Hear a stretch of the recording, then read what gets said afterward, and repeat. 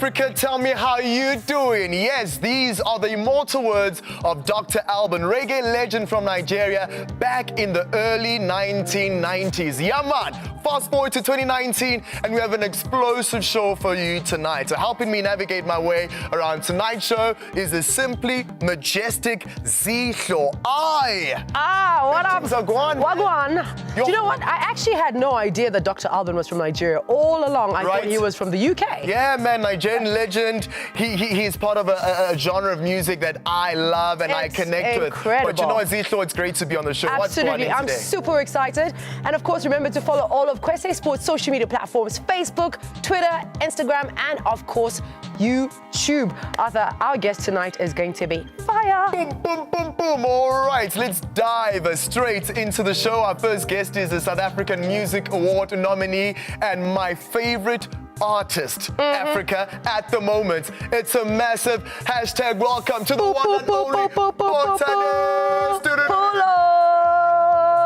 I feel like that's the part where you need to jump in with a line, bless the people, show them at Africa what you made of man, yo, respect, me there, all the way, you see, from Maximum Styles. Yo, Maximum to the world, we there, Yeah, finally here on the hashtag couch, and definitely your African fans are ready to hear what you're made of. I mean, a reggae dancehall. We're going to get into the conversation about you being nominated for the summer 2019. Z, are you nominated? No, my question is, all Rasta people, do you have to speak like this, man? Or can't you just speak normal? No, we can. It's just for...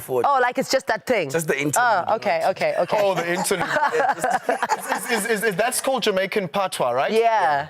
Let's get into the culture of Rasta liberty. Yeah. And are you Rasta, firstly? Well, I am a bit of a Rasta, A bit of a Rasta? I've never heard of He's a bit of a Rasta. What's a bit of a Rasta? I'm a Rasta and I'm an artist in the Rasta movement. So I'm not fully into the Rasta lifestyle in terms of eating. No. Well, that's something else. Something different. Yeah, that's something different from being Rasta.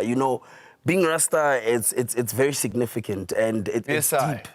It's deeper than just wearing red, gold, and green and not eating meat. Ooh, I think that was some shade over there, Arthur. Red, gold, and green. All right. Lovely. Lovely. So I am Rasta, but I'm not deep into it. Yes, sir. That much. Yes, sir. All right, so later on we will be joined by a professional skateboarder and recording artist, Khule Ngubane. But first, some reggae. Let's take a listen to this killer track from Botanist.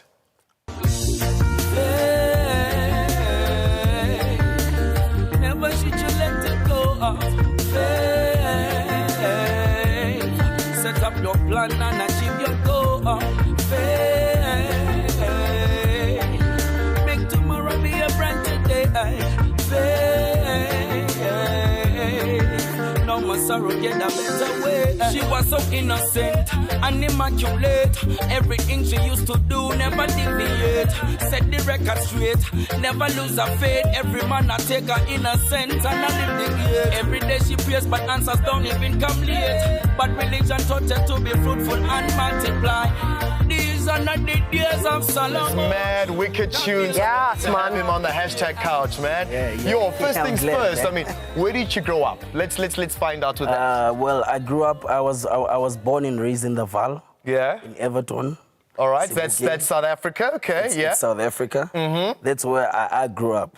That's where I was born and raised. Wow. Yeah. For how many years were you raised in the Val? I've been there ever since I've been born. Probably 27 to 28 years now. Yeah. All right, and for so many of, the new listeners to Botanist who know a little bit about the early beginnings in your career, you learned how to play piano first, right? Yes, that's what I learned first. Tell us about that journey and experience. Okay, well, actually, I'm born into a musically grounded family. So my mom and dad met... a choir. They met at those clap and tap choirs, Oh, okay. All right. Yeah, so... yeah. So that's what's up. So it's been like... building. You understand? It's something that we can say it's in our genes. How old are you? Right now. No, how old were you when you... Okay, I was 8 years. I was actually 8 years old? Yeah. And were you first introduced to an instrument or did you start singing? that's when I was that's when I was actually introduced to an instrument and singing, because I was actually part of a boys' choir, something at the primary school. Wow. So we were doing these, you know. Yeah. Yeah. So when did reggae and dancehall spark up? Reggae and dancehall, I think I was maybe 15. Yeah. 15, 16. Because I used to rap back then. Oh, wow. So I switched No, from that. we've got to hear you spit a line, Rasta. So I switched from that into doing dancehall, but it wasn't something that happened rapidly. It took me time because I had to understand the music. Yeah. I had to learn about the culture and the pronunciations and how they construct sentences, because I wanted to be an artist. I didn't want to just be a listener to reggae. Yeah. Music, you understand? Because reggae music is life. Yeah. So I basically want to find out about your name. What inspired the name Botanist? Well, the name Botanist, actually, my name is Muhlomi, my original name. So Muhlomi, it's like a gardener, a planter, a grower. Wow. So when I named myself, I wasn't actually looking at that, but after it, I was like, okay. Makes sense. This makes sense, it's the one. Yeah, so Botanist, basically, I've seen myself as someone that would want to water a certain plant that's been dried out for some time. Yeah, yeah. Which is reggae. Wow. I mean... Wow, hence the name Botanist. You understand? Wow, lovely. So, yeah, that's what's up. All right, so you signed with Maximum Styles Records in 2016, and your first album dropped titled Highway. I think it was a single EP. Yeah, single EP, yes. Remember, it was a single EP. And ever since then, I mean, big things have been going. Let's talk about those things. Oh, well, it was actually a full-length EP. It had 11 tracks. Wow. 11 or 14, somewhere there, 11 or 14 tracks. I can't remember correctly. So, yeah, I mean, the highway was basically to test the grounds and waters of reggae and dancehall in South Africa and say, okay, can we accept this particular type of music and sound into what's going on now, which is the modern sound of trap and everything and whatnot. Yeah. So basically, it's an experimental project. It was out there to actually get the feedback that we got. And ever since then, I mean, people have been just calling, they want more music than anything else. Wow. And how's been the switch, you know, from trying to integrate reggae and dancehall with the new versions of music, you know, like Afro sounds, for example? Well, I must say it's very beautiful. You know, it's not difficult, like, to actually be, how may I put it, I don't know how to put it, like, you know, when you're doing music, how do they, like, if you do everything, basically, are you being... Specialist? No, not really. It's diverse. Okay, you know, diverse. It's not hard if you're a musician. Okay. But if you're somebody that wants to do a particular type of genre, then it's not going to be easy to maneuver and work with other sound and be able to compete with it. Yeah. And make sure that your sound also comes out. Yeah. So, talking about your music, when you're writing a new song, what inspires you? Mostly, before I write, I'll go into the studio and play. You know, because in most cases, I'll be in the studio producing the beat, you know, from scratch. Basically... So basically, the beat comes first before the lyrics? Before the lyrics. Okay. Wow. So when I'm doing the beat, then it depends on the feel that I'm putting into the beat. Then eventually I'm going to connect with that. And then the message will follow. And then the message will follow. Basically, when the beat is done, I will sit down and write quickly. Okay. All right. You know, like, it'll basically take me an hour and a half to do a beat and a song at the same time. Wow. Which is for other people takes months. Quite long. Yeah. Well, so you've been nominated for the Summer 2019 Reggae and Dancehall Awards. Yay! Impressive. Place in Sun City, Johannesburg, South Africa. The feeling must be surreal. Yeah, man, it's amazing. I mean, it's opening doors and and already, I mean, we're getting good responses. People are calling in, we're getting interviews. We're going to be actually moving. We're going to be doing... Botanist, if you won this would be big. Yeah. Just be serious. He's just being modest and everything. You've been so modest. I mean, the blood and sweat you've put through, Yeah, you know, man. just to put Mzansi reggae and dancehall on the map. So, yeah, man, like we want to hear that. Yo, man, it's a lot. I mean, imagine after 25 years of reggae not being recognized in South Africa, as a whole. Even through African Storm sound system, You like the understand? Jasid and Admiral. Yeah. You know, and now, I mean, this is a blessing, man. It's like God is finally saying, okay, reggae, South Africa, we saying reggae, we now opening doors, bring the music, and let's start doing this. You know, people need to be fed, people need to be healed more than the music that's been out there right now that's not healing. That's just doing other things. You know, we need that particular power of music, you know, to actually bring people back, you know, to their roots and culture. While reggae and dancehall's footprint on the continent is on the boom, are you proud of its progress? Yo, I'm very proud, I must say. I'm very, very, very proud, yeah. I'm very proud. I mean, we've worked so hard. Yeah. Maximum Styles has been fighting. You know, they've been up and down, going everywhere to make sure that everybody in the whole of SA benefits in this thing called reggae. Yes. Mzansi reggae and dancehall as a whole. You know, so, yo, I must say I'm very, very, very grateful for the results. You know? Very quickly, Botanist, before we let you go, sorry, Z, got to jump in there. Where can your fans get in touch with you, and what can they expect on the night of the nominations, man? Yo, well, you can get me on Instagram. It's Botanist Sniper from Afar. On Facebook, it's Botanist Music. You can also get me on, you can also check us on www.maximumstyles.co.za, which is our, what do they call it? Yes, what do they call it? Tell us. Which is our website. Yeah, you can get everything that you need there, every information, all our emails. For bookings, you can simply go to bookings@maximumstyles.co.za. Perfect. Exactly, and you'll get all the things that you need on the internet. Ahoy, Rasta. Yeah. Fantastic. You know what? Thank you so much for coming through onto our show. It has been great, and all the best in everything that you do. Yeah? Now, Felicia Endersby is back in action, and she has had a very busy week scanning through social media. Now, let's see what she has found and shared with us tonight. Hi there, hashtaggers. Let's jump right into today's stories. Controversy surrounds the Kentucky Derby as the full ramifications of the disqualification of Maximum Security sinks in. The Jason Service trained colt crossed the finish line first in a soggy race on Saturday, but was adjudged to have illegally impeded other horses during a feisty encounter. In the immediate aftermath of the race at Churchill Downs on Saturday, Chief Steward Barbara Borden read a statement to the media, revealing all three stewards agreed to penalize Maximum Security based on interviews with jockeys and after reviewing video footage. It's the first time a Derby winner was disqualified because of a foul on the track. In 1968, Dancer's Image won but failed a drug test and was disqualified. Even Trump tweeted his view that the Kentucky Derby decision was not a good one. One lucky backer of the eventual winner scooped over $165,000 from a $2,500 stake. In a more predictable move, Liverpool ace Trent Alexander-Arnold has finally flown the nest of his parents' home after splashing out £2.6 million on a mansion. The England defender has famously been living at home with his mum and dad, despite bursting onto the Premier League scene 3 years ago. But the 20-year-old has now moved out into a luxurious 5-bedroom property in Hale, Cheshire. The star now counts rivals, including Man United midfielder Paul Pogba, amongst his neighbours. In other footballing news, check out this wonderful video.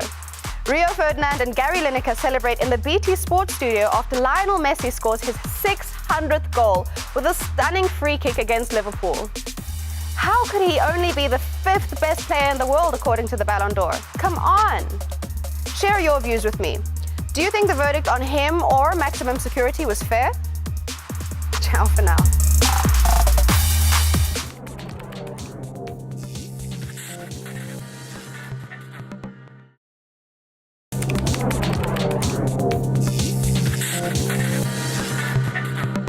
Boom! Hashtag Kwese Sports really is a combination of sports and entertainment. Now, before I introduced our last guest, let's quickly see what Felicia got up to at the Monster Jam event that took place last Saturday at Soccer City in Johannesburg. Hey there, hashtaggers. We're here at Soccer City in Johannesburg for Monster Jam. It's the first time in Africa, and we got a front seat to catch up with the drivers and find out what the ins and outs of monster trucking are.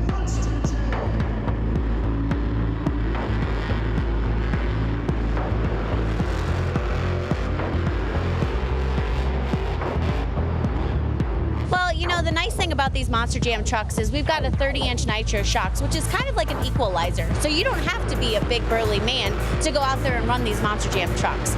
This truck completely makes it capable that I can go out there and do exactly what the boys can do. So we definitely give those boys a run for their money. Everything on this truck is custom made now. We have a fiberglass body. There's no steel bodies anymore. You can basically take these bodies off and it looks almost like a big dune buggy style roll cage. The motor in them is basically like a dragster. It's actually a 540 cubic inch. It's putting out about 1,500 horsepower. It's blown, alcohol injected. The truck is completely made for each and every driver. You know, we have full containment seats that are built exactly for us. They measure us. Our fire suits are made for us. Our helmets, like everything down to our shoes are just for us. Max D has 66-inch tall tires. It sits about 13 foot off the ground, about 12 feet wide. So you know it's got 30-inch shocks. So that means the truck can articulate over 30 to 60 inches each and every way. So that's how we jump the truck so big. We land without breaking our backs. We can absorb crazy hits. We can hit stuff sideways. We're powered by a 1,500 horsepower big block 540 motor with an 871 blower. It's just a crazy big machine with a lot of power. About 5 years ago, MonsterJam.com put up a web poll asking our fans what was the next identity they wanted to see hit the track next. By far, landslide victory, Zombie was the top vote getter. So here we are.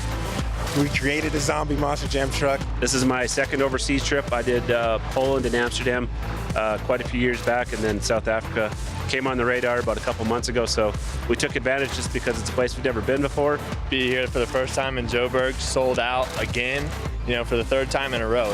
South Africa has been so welcoming, and the fans are just incredible. I've actually lost count how many countries I've been to, and this one definitely takes the cake between the safaris, the shark diving. We should have been here a long time ago. We should have been here years ago, obviously, so I'm looking forward to coming back next year. For me, the fans are what drive the truck. As soon as I pull out, as soon as Max D fires up, my theme song comes on, the fans get loud. That right there just fuels my fire to drive that truck, and Max D means maximum destruction. So obviously I'm gonna go out there and tear the truck up every time. We broke an international record here for attendance. So this place is, you know, this is gonna be a new home for Monster Jam for a long time.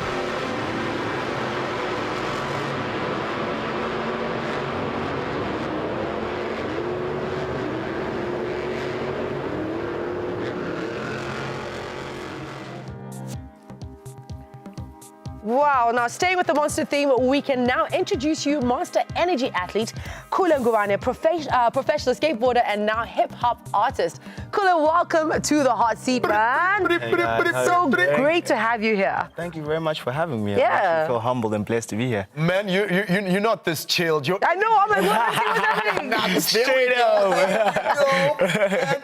Thanks for arriving safely from KZN to Johannesburg studios, and there's a lot to talk about. Where did you grow up?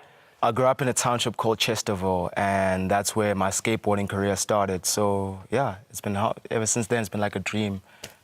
And you're the only skateboarder that's come out of Chesterville, right? The weird thing is, like, still to this day, I am the only skateboarder that's ever come out of there. So that's why, like, I feel a huge responsibility to be where I'm at and like to also help and make a change in that.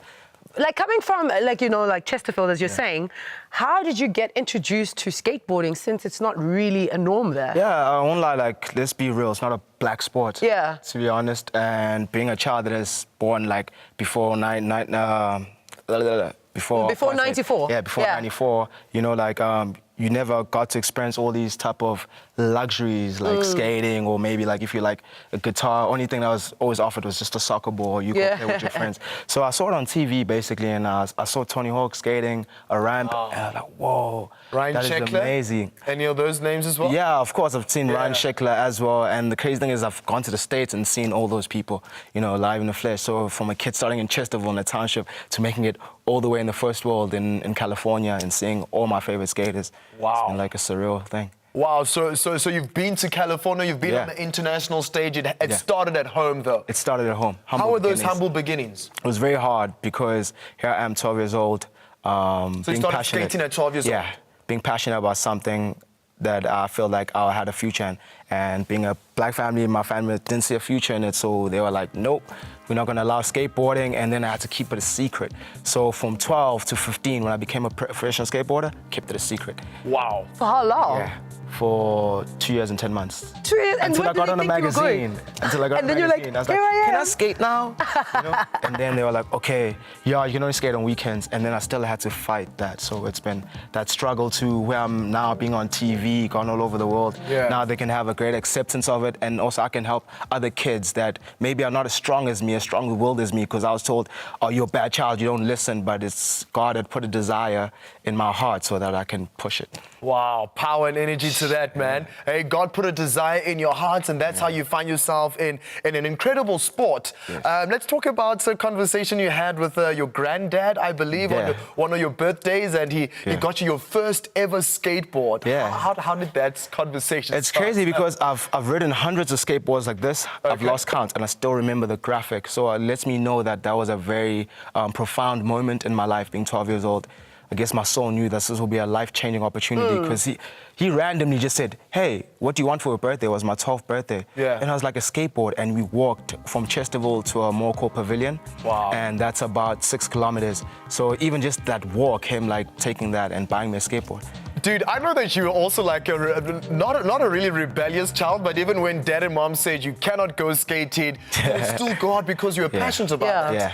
I'm sure all the African viewers would love to hear about that story, you know, walking so many kilometers far just to skate. Yeah, I mean, I'd walk 8Ks to skate, and when we moved, it became 8Ks, you know, moved to another area, and I'd have to sweep the whole skate park because I got no money, and then I'd have friends that look out for me, be like, there's an old board, Khule, or there's some old shoes, and that was the greater motivator that even though my family, I knew they loved me, they meant well, but they just did not understand, like, this youth, this generation lives in a very creative space, because I think, like, when you look 40 years and beyond, there's only about 10 occupations that you can do, you know? And even right now, you guys are doing something that's unheard of 40 years ago. So it just shows that we're living in an ever-changing world, and it's cool that thank goodness. But I had to, I guess, be that person to sacrifice that. Yeah. And so I can show that to the world and the audiences that any kid right now watching this, you could be the next me, you never know. Word. Now, fast forward to 2020, Olympics in Tokyo, right? Exciting and times. amazing things are happening. Skateboarding is coming in as a sport in the Olympics.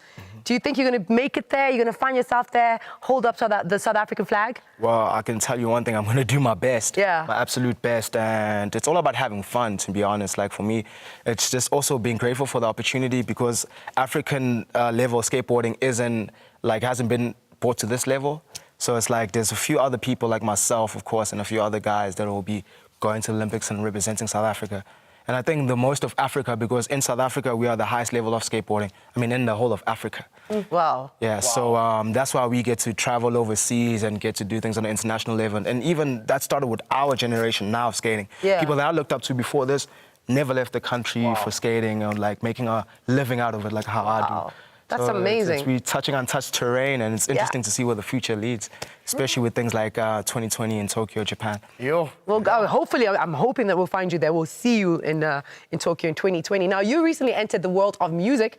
Now, let's take a quick look at your music video, Big Trucks featuring Ben Caesar and Cool Air. Yeah. Big trucks, four-wheelers, concrete jungle, I'm a gorilla. Big trucks, four-wheelers, concrete jungle, I'm a gorilla. Big trucks, four-wheelers, concrete jungle, I'm a gorilla. Big trucks, four-wheelers. Okay, and where did this come from? This other side of, you know, getting into music? Yeah, the craziest thing is that I've always made music since I started skating. Growing up in the township, I couldn't voice my passion for playing with a skateboard, so I had a lot of emotional problems. I also didn't have a father figure around. My mom had me when she was 16, stayed with my grandparents, so there's a lot. And also growing up in the township, that's a lot to take in, you know, so that's where the passion of music, I had to let that energy go somewhere, you know, because I'm a very happy guy, I'm very optimistic. And I think, like, if I had not made that decision, I'd maybe be a better person. That's what I found with most old people. They're unhappy kids and never got to live their dreams, so they get to be better as they become adults. So for me, that was a huge lesson that I can't let the world change me. I need to change the world. That's powerful. Like, I don't know what to say after hearing something that sounds so phenomenal. I mean, you know, your style of music, does it fall into the skateboarding context as well? Yeah, I mean, like, I make different types of music. Like, I've got a EP called Skater/Rapper that's coming out. So Big Trucks was just like a little teaser to just show that I am a professional skateboarder, but music's still something that I love to do. So I felt like, personally, to respect the hip-hop scene, I had to just, like, come through skateboarding. Wow. And then from there, now that people are catching on to my music, there's another song that you're gonna hear soon called Public, and that's more of a love song. Like, that's more of the to motivate the kid that's skating. That's why it's like Big Trucks. It's the trucks that skateboards have over here, and Four Wheelers is the four wheels. So saying concrete jungle, being black, I'm a gorilla. So, you know, there's a lot of messages in there. Like, I have a very unconventional question to ask you. Like, you know, so when you go back home to the townships and everything, do people look at you and think you've changed? And do they sort of kind of call you an Oreo coconut? Yeah, there's always that coconut factor because, yes, skating is a very European sport. And, so I'm always around my white friends. And for me, I don't see color. You know, I just see energy. And so vibrations. Yeah, vibrations. And that's where life has put me. So that's where I'm meant to be because I also grew up in the township. I have all my black friends that I grew up with and colored friends when I go to Cape Town. Yeah. You know, so for me, like, I don't see color. But of course, it made a huge difference when I was at home of people won't say I'm a sellout, but it's more like, oh, you're better than us now. They don't know how to approach you. Or when they do approach you, it's more of the victim mentality. Give me something, give me something. And to be honest, you don't know anybody anything because no one is skating with me, no one is walking with me, no one's investing in me. So that does play out in that manner. But I'm still a humble person. I like to explain myself, you know, and just be like, yo, man, just see it from my side as well. Oh.